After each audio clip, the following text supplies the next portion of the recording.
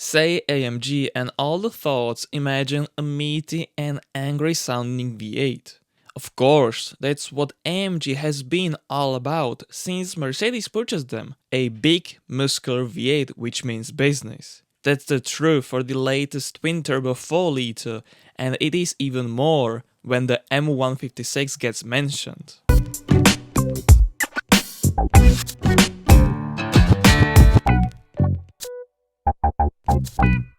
Considering all previous AMG engines were based on existing Mercedes units, being a solely AMG-built powerhouse brings the M156 a notion of uniqueness. Not only that, this is seriously a race-inspired engine that carries AMG's know-how from competition experience. And with such a big displacement, it kinda stands out of the crowd. Americans will laugh at it with their big blocks, but a 6.2-liter is still a healthy-sized V8.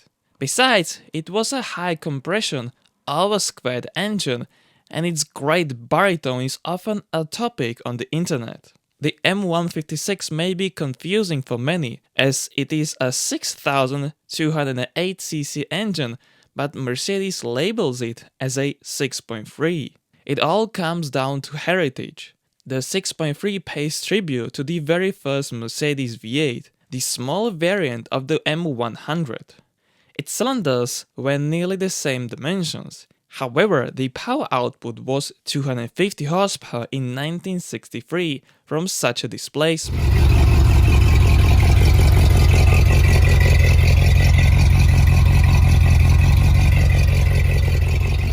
Though, there is an engine that shares some features, problems, and a designer who worked for Mercedes and Porsche, Bernd Rummler, with the M156, the Porsche M80 V10.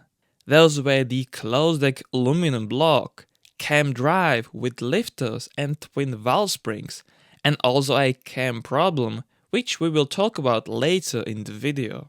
The M156 is usable at a wide range of RPM, providing over 90% of the torque from as low as 2000 RPM and allows to be pushed past 7000 revs. Quite a step up from the M100, which peaked at 4K. Some versions of the M156 are limited at 8 grand, though a Black Series SLS is not the most affordable M156 variant to get your hands on.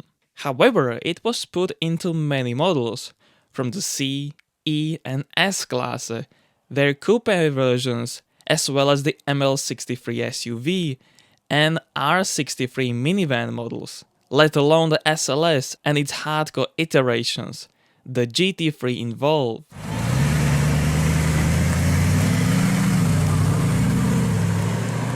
The closed-deck engine block was designed with race knowledge in mind. It is cast from a strong aluminum-silicon alloy with cast-in iron reinforcements and using a single-piece bed plate to house lower crankshaft bearings. Cylinder bores are 102.2mm wide, treated with a special wide arc spray coating, the NanoSlide, which supposedly reduces friction by 50% and about 110 degrees of Celsius. Crankshaft throws resulted in a 94.6mm long stroke, and pistons benefit from oil cooling jets.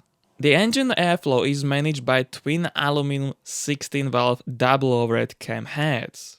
They incorporate gear and chain-driven cams acting on valve buckets with 40-degree variable cam adjusters. On the top, between the banks, sits a magnesium variable length intake with twin internal flaps. There is a variety of M156 types, with minor or major differences here and there. A forged steel crankshaft is a standard feature, as well as fracture split forged connecting rods. These are paired to cast hyperprotective Mahle pistons, but when opted for a $6,000 P31 pack, the engine received various SLS goodies. The pistons were replaced for differently designed forged ones with lighter wrist pins. AMG says conrods were also beefed up. However, according to a guy named Tassos, all the rods are the same in terms of looks, material and weight. The crankshaft was lightened, also pulled straight out of the M159 with 6 counterweights instead of 8. The P31 brought a substantial weight shave-off. Internal savings are 3 kg total on the piston assembly and 2.5 kg on the crankshaft. There was also a different engine mapping, a 174 mph speed limiter, and a 30 horsepower increase to 481 horsepower for the base C63.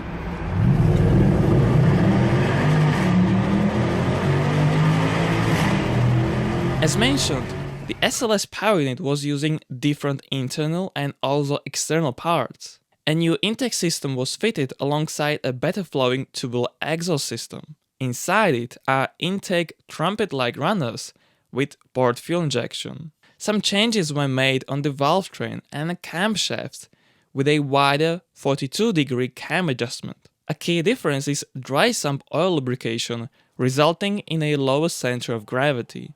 Thanks to 120 various modifications, the engine received a different name, the M159, with a peak horsepower rating of 631. Interestingly, it has been used in an SLS GT3 and also its successor, the AMG GT3.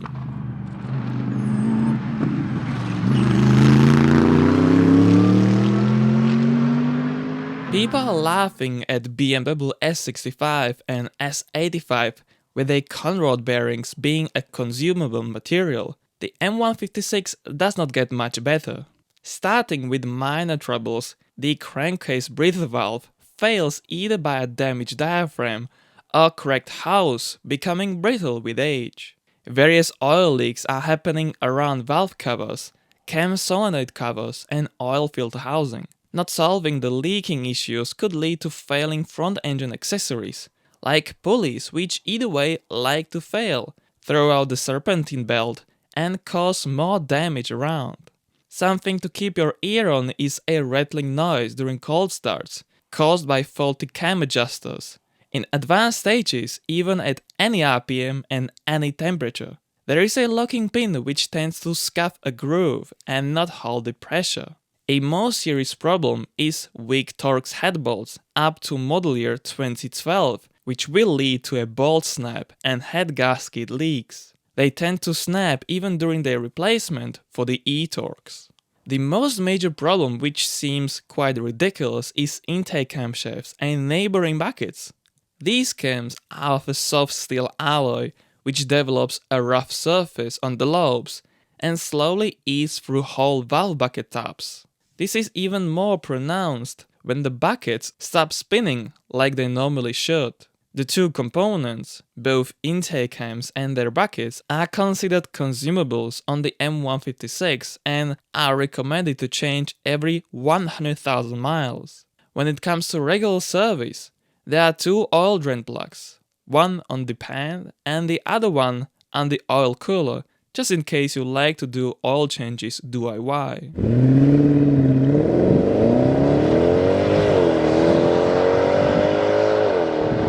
Being a naturally aspirated engine, one could guess that there is not much space for tuning without hardware modifications. The opposite is true, as even the very base 451 horsepower M156 is capable of a significant power increase with an engine remap. Power gains of 30 to 50 horsepower are a piece of cake, and with the basic mods like an exhaust system, especially with tubular headers, expect even higher numbers. Let's just say a 500 horsepower M156 is easily possible without spending too much money.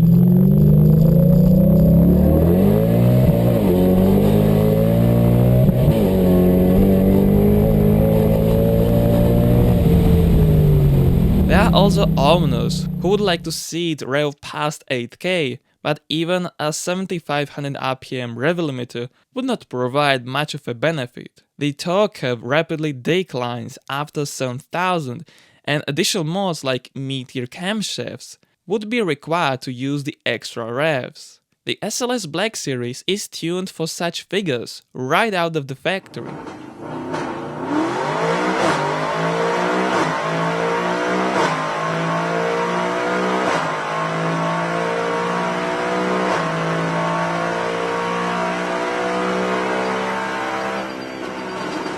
There is also a possibility to go a supercharging way, but keep in mind that the stock rods are fine in sub 600 wheel horsepower range. Going above that, bent rods are a certain consequence sooner or later, and so an aftermarket upgrade will be needed.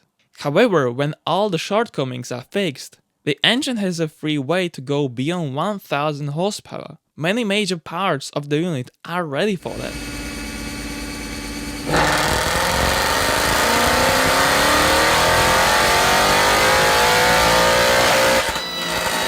When all things are working in a right order, the M156 is a true joy to drive, hear, and just experience.